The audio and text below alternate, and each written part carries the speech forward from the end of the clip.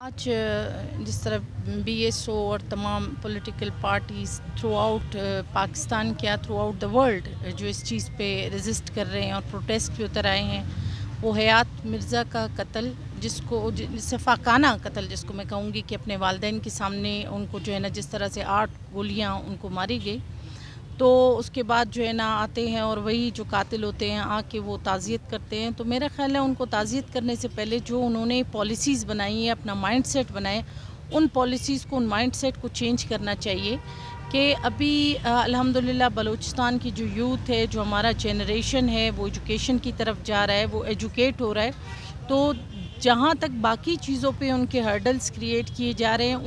اس طرح کے یعنی آ کے قتل کرنا، میں سمجھتی ہوں کہ یہ بالکل اس وقت جو صوبائی حکومت ہے اس پہ تو بالکل ہی اس کو پہلے ہی دن سے استعفیٰ دے دینا چاہیے تھا،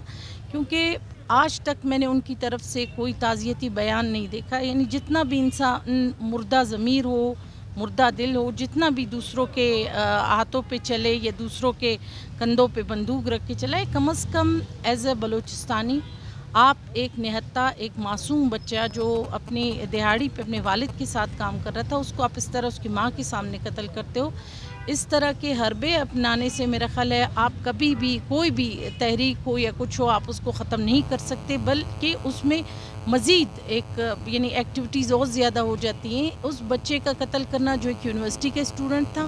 اور اس طرح اس کے قاتل جو ہے نا وہ میرا خیال آزاد گھوم رہے ہیں۔ انصاف اس ملک میں ملنا یا نہ ملنا وہ ایک الگ سبجیکٹ ہے، لیکن میں کہتی ہوں اگر اس کے پیچھے ہم آواز بھی نہ اٹھائے تو اس جرم میں ہم بھی برابر کے شریک ہوں گے۔ تو میرا ہمیشہ سے سٹانس رہا ہے، جہاں پہ محکوم قومیں ہیں اور اس طرح کے جو حربے وہ ہمارے لیے اپناتے ہیں، تو ان کو ہم ریزسٹ کریں گے اور کرتے آ رہے ہیں۔